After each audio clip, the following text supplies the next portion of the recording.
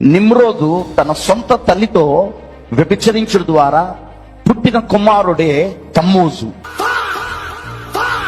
ఈ మాసం నుండి అది ఎక్స్మస్ గా మారి ఎక్స్మస్ నుండి క్రిస్మస్ గా మారిందనమాట.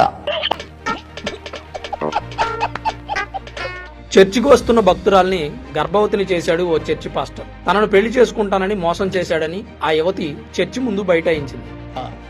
నాకు అర్థం కాలేదు సార్. నెమ్మదిగా నాశనమైపోయింది. ఆ బయటికి వచ్చింది కాబట్టి ఈ అమ్మాయి ఒక్కటే, బయటికి రాని ఎంతమంది ఉన్నారు పాస్టర్ చేతిలో మోసపోయిన అలా బైబిల్లో ఒక్కరు ప్రతివ్రతలు లేరు. ఉన్నారా? మన దాంట్లో ఎంతో మంది ఉన్నారు. సీత, రుక్మిణి, దెబ్బ మీద దెబ్బ మతం నుంచి మారు అంటే కూడా ఎవరు రాకున్నా పర్వాలేదు నేనే చేసుకుంటా అని ఫిక్స్ అయిపోయింది ఆమె అంతే. చూడండి, మతం మారితే ఇంత సైకోల్లాగా తయారైంది. నువ్వు అన్న జై శ్రీరామ్, జై సేవాలాల్. ఓకే అమ్మా. అయితే ఇప్పుడు మనం ఏదైనా సత్యనారాయణ పూజ, ఒక శుభకార్యం చేసుకుంటామంటే ఎవరిని పిలుస్తామమ్మా? పంతులను పిలుస్తాం. ఇంకేం చేస్తాం? ఎవరిని పిలుచుకుంటాం? ఇంకా ఇంకెవరిని పిలుచుకుంటాము? నాయకులకు పిలుస్తాము, చుట్టుపక్కల ఉన్న వాళ్ళకి, మీ కాలనీలో ఉన్న వాళ్ళకి అందరిని పిలుస్తాము. ఎందుకు పిలుస్తాము? ఫెస్టివల్ చేసుకుంటున్నాం కాబట్టి మనం పిలుస్తాము. ఒక శుభకార్యం చేసుకుంటున్నాం, పూజ చేసుకుంటున్నాం కాబట్టి పిలుస్తాము. అందరిని పిలుచుకొని వాళ్ళకి భోజనాలు పెట్టడము, పూజ అయిపోయిన తర్వాత పెడతాం. ఆ పూజ కూడా మనం చాలా పద్ధతిగా చేసుకుంటాము. స్నానాలు చేసి బంతి తోరణాలు కట్టి, మామిడి తోరణాలు కట్టి చేసుకుంటాము. అయితే చాలా మంది క్రిస్మస్ అని ఒక పండుగ చేసుకుంటారు. అది మీకు తెలుసా అమ్మా? ఎప్పుడు? డిసెంబర్లో చేసుకుంటారు. అయితే చాలా మంది మన వాళ్ళు కూడా, మన హిందువులు, పెద్ద పెద్ద హిందూ సంఘాల వాళ్ళు కూడా ఏం చెప్పారు? క్రిస్మస్ అనేది డిసెంబర్ 25 జరుపుకోవాలని బైబిల్లో ఉంటే మేము అందరం పెద్ద పెద్ద డబ్బులు కూడా ఇస్తాము, 10 లక్షల పైన అట్లా ఇస్తామని ఓపెన్ స్టేట్మెంట్ ఇచ్చారు. బైబిల్లో ఎక్కడా లేదు డిసెంబర్ 25 క్రిస్మస్ జరుపుకోవాలని, ఎక్కడా లేదు. అయినా వీళ్ళు జరుపుకుంటున్నారు క్రిస్మస్. కానీ క్రిస్మస్ జరుపుకోవడానికి ఎందుకు జరుపుకుంటారో తెలుసా? యేసు పుట్టినరోజు కాదు ఆ రోజు. అయితే ఇది నేను అనట్లేదు తల్లి, వీడియో చూసే క్రైస్తవ సహోదరులారా, ఇది నేను అనట్లేదు. క్రిస్మస్ ఎందుకు జరుపుకుంటారు డిసెంబర్ 25 అనేది మీ పాస్టర్ గారే అంటున్నారు. ఒకసారి వినండి. నేనైతే అనట్లేదు కదా, వాళ్ళ పాస్టర్ చెప్తే నేను మీకు చూపిస్తున్నాను క్రిస్మస్ ఎందుకోసం జరుపుకుంటారు అని. చూడండి అమ్మా, ఈయన పాస్టరే, నేను చెప్పింది కాదు. నిమ్రోదు కుమారుడు తమ్మోజు. ఈ తమ్మోజు పుట్టినరోజే డిసెంబర్ 25న వారు ఒక పండగగా చేసుకునేవాళ్ళు. థీమాస్, తమ్మోజు ఆరాధన. థీమాస్ నుండి అది ఎక్స్మస్ గా మారి ఎక్స్మస్ నుండి క్రిస్మస్ గా మారిందనమాట. ఎందుకోసం జరుపుకుంటారంట? ఒక కొడుకు తల్లితో వ్యభిచరిస్తే, ఒకళ్ళు పుడితే దాన్ని వాళ్ళు క్రిస్మస్గా, అంటే ఎక్స్మస్ కాస్త క్రిస్మస్ అయిపోయిందంట. చెప్పండి, ఒక తల్లితో కొడుకు ఎక్కడైనా ఉంటారా అమ్మాలా? ఇది నేను చెప్పానా? వాళ్ళ క్రిస్టియన్ పాస్టర్ చెప్పారు కదా. మళ్ళీ రేపు పొద్దున నాకు అందరు ఫోన్ చేస్తూ ఉంటారు, నువ్వు మా క్రిస్టియన్ దేవుడి గురించి ఎందుకు అలా చెప్పావు, మా క్రిస్మస్ దేవుడి గురించి ఎందుకు అలా చెప్పాను. నేనైతే చెప్పలేదు కదా, ఈ పాస్టర్ గారే చెప్పారు. దానికి ఉదాహరణలు కూడా చాలా జరిగాయమ్మా. ఇప్పుడు మన సనాతన ధర్మంలో గుళ్ళకి వెళితే పంతులు ముట్టుకోకుండా శతకోపం పెట్టి శతమానం భవతి లేదా దీర్ఘాయుష్మాన్ భవ లేదా సర్వేజన సుఖినో భవంతో దీవిస్తూ ఉంటాడు. కానీ మీరు చర్చిలోకి వెళ్తే ఏ పాస్టర్ అయినా చూడండి, ఇట్లా చేతి పెట్టి ప్రార్థనలు చేస్తాడు. అట్లా మన పంతులు చేస్తారా? ఇప్పుడు ఇక్కడ సేవలాల మహారాజ్ దగ్గర మనకి భవానీ మాత గుడికి వెళ్తాము, మన మహారాజ్ అక్కడ ఎట్లా టచ్ చేశాడు మనకి కాదు, ఎంత మంచి శతకోపం పెట్టి దీవిస్తూ ఉంటాడు. అయితే మీకు మొన్న ఇది ఎందుకు చెప్తున్నానంటే, చర్చికి వెళ్తే కాబట్టి మన హిందువులు ఎవరు చర్చికి వెళ్ళొద్దు. ఇంకొక ఉదాహరణ, మన నంద్యాల తెలుసు కదా మీకు, కర్నూలు జిల్లా దగ్గర నంద్యాల అనే ఒక ఊరు ఉంటుందమ్మా. ఆ ఊర్లో చూడండి ఇక్కడ జరిగింది. చర్చికి వస్తున్న భక్తురాల్ని గర్భవతిని చేశాడు ఓ చర్చి పాస్టర్. తనను పెళ్లి చేసుకుంటానని మోసం చేశాడని ఆ యువతి చర్చి ముందు బైఠాయించింది. న్యాయం చేయాల్సిందేనని డిమాండ్ చేస్తోంది. కేసు పెట్టినా పోలీసులు పట్టించుకోవడం లేదని, రాజకీయంగా పలుకుబడి ఉపయోగిస్తున్నాడని ఆరోపిస్తోంది. అది ప్రెగ్నెన్సీ పోయింది అని మళ్ళీ విషయం చెప్పాను, డేట్ వచ్చింది పాస్టర్ గారు అని చెప్పినప్పుడు ఆ వ్యక్తి ఏమనుకున్నాడో తెలియదు. ఆ డేట్ వచ్చింది అనేది అనే దగ్గర ఒక మహిమ అనే అమ్మాయి చర్చికి వెళ్తుంది. పెళ్లి కానీ మహిమ అనే అమ్మాయి చర్చికి వెళ్తుంది. చర్చికి వెళ్తే ఆ పాస్టర్ ఏం చేశాడు తెలుసా అండి? అక్కడ ఆ అమ్మాయిని గర్భవతిని చేశాడు. ఎందుకు? వాళ్ళ బైబిల్లో ఉంటుంది. అది వ్యభిచరించే వాళ్ళ బైబిల్లో ఉంటుంది కాబట్టి అమ్మాయిని గర్భవతి చేశాడు. మన భగవద్గీతలో అలా ఎక్కడన్నా ఉంటుందా? తప్పుడు మాటలు ఉంటాయా? తప్పుడు బోధ మన భగవద్గీతలో ఉంటుందా? మన పూజారులు కానీ మన మహారాజులు కానీ బోధిస్తారా? అట్లా బోధించారు. ఇక్కడ ఒక పాస్టరు, గురువు స్థానంలో ఉండాల్సిన ఒక పాస్టరు ఒక అమ్మాయిని ప్రేమించి నమ్మించి నమ్మించి గర్భవతిని చేసి తర్వాత నీకు నాకు సంబంధం లేదు, గర్భం తీయించుకుంటే నేను పెళ్లి చేసుకుంటా అని చెప్పి ఆ అమ్మాయి కడుపు తీపిచ్చేశాడు. కానీ తర్వాత పెళ్లి చేసుకోమని అడిగితే మొహం చాటేసిండు. వీళ్ళు చుట్టాలందరూ ఉంటారు కదా, చుట్టాలందరూ పోయి వాళ్ళ బంధువులందరూ పోయి చర్చి ముందు బైఠాయించి ధర్నా వేస్తున్నారు. ఇప్పుడు ఆ అమ్మాయి జీవితం నాశనం అయిపోయింది. ఆ బయటికి వచ్చింది కాబట్టి ఈ అమ్మాయి ఒక్కటే, బయటికి రాని ఎంతమంది ఉన్నారో పాస్టర్ చేతిలో మోసపోయిన వాళ్ళు మనం ఎన్నో చూసే ఉంటాము. పాస్టర్ మహిమ అనే అమ్మాయితోనే కదా ఇంకెంతమందితో ఉన్నారో. అందుకే దయచేసి అమ్మ, మీకు మనకు అందరు ఆడపిల్లలు ఉన్నారు కదా, మీకే కదా మీకు తెలిసిన చుట్టాలు కూడా ఎవరైనా చర్చికి వెళ్తే ఆడపిల్లలు ఉన్న వాళ్ళు ముఖ్యంగా చర్చికి వెళ్ళొద్దు అని చెప్పండి. అలాగే మనం కూడా చర్చికి వెళ్ళొద్దు. వాడు ఒక ఆడపిల్లలనే కాదమ్మా, పెళ్ళైన వాళ్ళని కూడా వాడు లోబర్చుకోవాలని ప్రయత్నిస్తూ ఉంటాడు. పవిత్ర గ్రంథం కాదు అది. వాళ్ళ బైబిల్ వాళ్ళు చెప్తారు ఎవరిని ఎక్కడైనా పెళ్లి చేసుకోవచ్చు, ఏదన్నా చేసుకోవచ్చు అని చెప్తారు. కానీ మన దాంట్లో ఏముంది, రాముడిని ఆదర్శంగా తీసుకుంటాం మనము, ఏకపత్ని వ్రతుడు అని చెప్తా ఉంటాం, ధర్మంగా ఉండాలని చెప్తాం. వాళ్ళ బైబిల్లో ఒక్కరు ప్రతివ్రతలు లేరు, ఉన్నారా? మన దాంట్లో ఎంతో మంది ఉన్నారు. సీత, రుక్మిణి, ఊర్మిళ, ఎంతమంది ఉన్నారు మన దేవి దేవతల్లో. మన దాంట్లో పవిత్రులు ఉన్నారు, పతివ్రతలు ఉన్నారు. బట్ వాళ్ళ బైబిల్లో ఎక్కడైనా పతివ్రతలు ఉన్నారా? బైబిల్ చదివితే ఒకటైనా మనకు సమాజానికి ఉపయోగపడేది ఉందా? కొన్ని మనకు ఉపయోగపడుతుందా?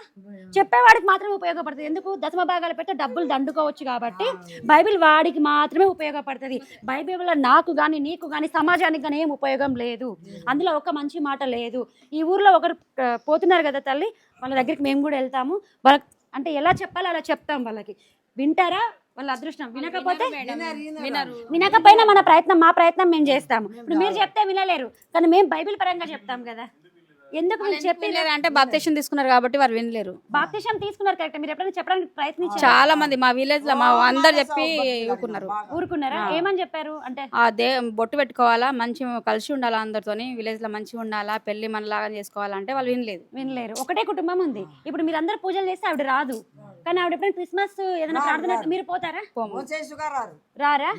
మీరు వాళ్ళు క్రిస్మస్ ప్రార్థన పెట్టుకుని వాళ్ళు పాస్టర్ వచ్చినట్టు మీరు పోతారా? ఏంటన్నా పోతారు మటన్ చికెన్. మరి అలా పోవచ్చా? మనం పోవద్దు కదా. మన పూజలకు వాళ్ళు రానప్పుడు మీరు అమ్మవారి దగ్గర మేక బలిస్తే వాళ్ళు వస్తారా? మీరు అమ్మవారి దగ్గర మేకని బలిస్తారు, అది కూడా మటనే కదా. మరి వాళ్ళు ఎందుకు రారు? వాళ్ళు చికెన్ మటన్ పెట్టినట్టు మనం ఎందుకు పోవాలా? 100-200 రూపాయలు పెడితే మనకు చికెన్ దొరకదా? మరి వాళ్ళు కూడా పాస్టర్కి మొక్కి యేసుకు మొక్కి ఐక్యత లేక ఇదంతా వనస్థైర్యం దెబ్బతీస్తున్నారు. వాళ్ళు మైనారిటీస్ కాబట్టి మన హిందూ ధర్మం శాస్త్రం ప్రకారం ఈ మహిళలు నడవడం లేరు. ఇప్పుడు విదేశీ సంస్కృతి మన దేశంలో విపరీతంగా చొచ్చుకొచ్చింది. ఇప్పుడు నువ్వు అందంగా సీర కట్టుకున్నావు, బట్టలు పెట్టుకున్నావు, పెళ్ళైంది, జాకెట్ వేసుకున్నావు. ఈ యొక్క అమ్మాయి మగపిల్లాడిని ప్రేరేపిస్తున్నది. గిడిదాకా షర్ట్ వేసుకొని, ఇంతవరకు లంగ్ వేసుకొని, ఇంతవరకు బ్రా వేసుకొని ఒక మగపిల్లగాన్ని ప్రేరేపిస్తున్నది. అట్లాంటి సంస్కృతి జరుగుతుంది, ఇట్లాంటి సంస్కృతి జరుగుతుంది మన భారతదేశంలో. ఇప్పుడు అట్లాంటి సంస్కృతి రావడానికి కారణం కూడా క్రిస్టియన్సే కదా. విదేశాల సంస్కృతిని మన భారతదేశం మీద రుద్దుతున్నారు, మన మాతృభాషని నాశనం పట్టిస్తున్నారు. కానీ వాళ్ళు మాత్రం మంచి చీర కట్టుకొని పొడుగు బట్టి పెట్టుకొని హరే కృష్ణ అంటున్నారు. హరే కృష్ణ అంటున్నారు. అలా బ్యాక్గ్రౌండ్ వేరుంటది, అలా బ్యాక్గ్రౌండ్ వేరుంటది. మన మహిళలకు చెప్తేనే అర్థం కాదు. కొంతమంది మహిళలు ఉంటారు different character, education person different character ఉంటారు. అమ్మ అయితే అర్థమవుతుందా? మనం కూడా పద్ధతిగా ఉండాలి, మన సనాతన ధర్మాన్ని పాటించి. అన్న బాధ ఏంటంటే బయట చూస్తే సమాజంలో మన సిటీలోకి వెళ్తే చాలా అసభ్యకరమైన బట్టలు వేసుకుంటున్నారు. అలా వేసుకోవద్దు. అలా వేసుకున్నప్పుడు మన సంస్కృతిని మనమే ఖరాబ్ చేసుకున్నట్టు అని చెప్తున్నాడు. ఇప్పుడు అన్నారు చక్కగా చీర కట్టుకుని, ఎక్కడ ఎలా ఉండాలో అలా ఉండాలి. నీ ఇంట్లో నీ ఇష్టం వచ్చినట్టు ఉండు. బయటకు వచ్చినప్పుడు సభ్యత సంస్కారంతో రావాలి. అలాగే ఇప్పుడు ఆవిడ దగ్గరికి మేము వెళ్తామండి. ఇప్పుడు కానీ రిటర్న్ వచ్చినప్పుడు కానీ కంపల్సరీ వెళ్తాము.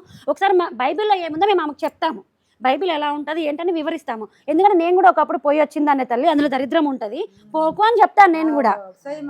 అది ఎందుకంటే పోయి అనుభవించి వచ్చాను తల్లి. మేడం మేము చాలా ప్రయత్నించాం, వాళ్ళు మారలేరు. సరే మా ప్రయత్నంగా మేము కూడా ఒకసారి ట్రై చేస్తాం. మీరు ఇంతమంది చెప్పారు కదా, ఒకసారైనా మార్పు వస్తుందేమో. మీరు అందరు ఒకటిగా ఉండి ఆమెను ఏందమ్మా యేసు ప్రభు దగ్గర పోయి చెప్పాలి. యేసుప్రభే లేడు, ఆడికి చెప్తాం మనం. యేసుప్రభే లేడు, ఎందుకు చెప్తాం మనం? ఇప్పుడు మనకు దుర్గామాత ఉంది, జై భవాని. మనకి సేవలాల్ మహారాజు ఉన్నారు. వాళ్ళ కొడుకుకి ఎంగేజ్మెంట్ అయింది మొన్న రీసెంట్ గా. తను ఏం వేసుకోలేదు, అట్లనే పోయింది.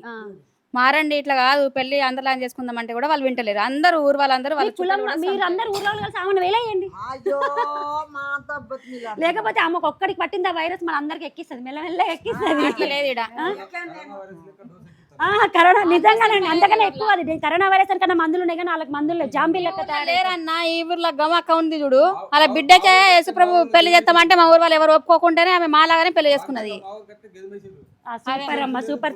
ఇట్లా మీ ఊరు వాళ్ళందరూ ఐక్యతతో ఉండే వాళ్ళు ఆమె ఒక్కడితోనే ఆగిపోయింది. లేకపోతే ఆమె ఏం చేస్తుంటే కాలనీ మొత్తాన్ని మారుస్తుండే. మీరు కరెక్ట్ గా ఉన్నారు కాబట్టి, సేవలాల్ మహారాజు వారసులు కాబట్టి, ధైర్యంగా ఉన్నారు కాబట్టి లేకపోతే ఖచ్చితంగా మారుస్తారు.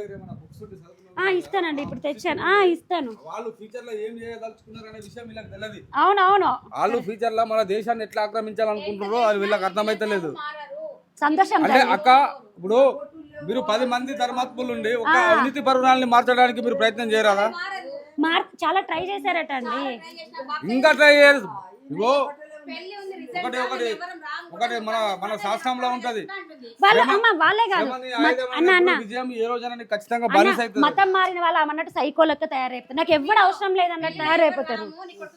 అయింది కదా, నువ్వు ఈ మతం నుంచి మారు అంటే కూడా ఎవరు రాకున్నా పర్వాలేదు నేనే చేసుకుంటా అని ఫిక్స్ అయిపోయింది ఆమె. అంతే. చూడండి, మతం మారితే ఇంత సైకోలెక్క తయారైతుంది. ఊర్లో వాళ్ళు చుట్టాలు ఎవరు రాకపోయినా సరే నా యేసు నాతో ఉన్నాడు, నా కేసు వచ్చి చేసుకుంటా అని ఫిక్స్ అయిపోయింది. అంటే చుట్టాలంటే ఏమద్దు, మతం మారితే సొంత అన్నదమ్ములను కూడా దూరం పెడతారమ్మా. ఆల్రెడీ పెట్టేసిందా? చూడండి ఏందమ్మా, ఆ పాస్టర్ తోటే లగ్గం చేపిస్తారట. అవునా? మన పోలేరు, పట్టించలేరు. ఉల్లియాల మంది రాకపోని మేమే చేసుకుంటాం అంటున్నాం. చూడండి, వాళ్ళకి ఎక్కడ బంధుత్వాలు ఉన్నాయి? మరి ఉన్నాయా? మనమేమో అక్క చెల్లి అన్న తమ్ముడు అంట, కానీ వాళ్ళకి ఏమి ఉండవు అవి.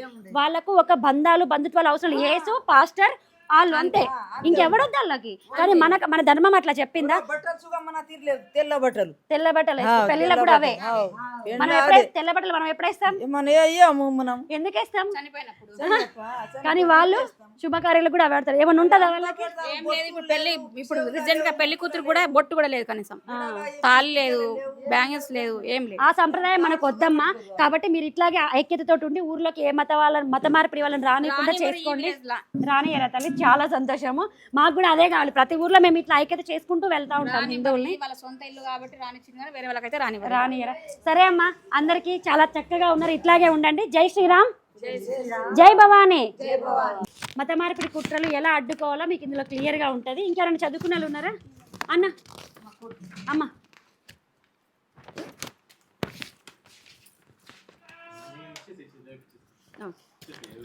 మీరు కూడా చదవండి.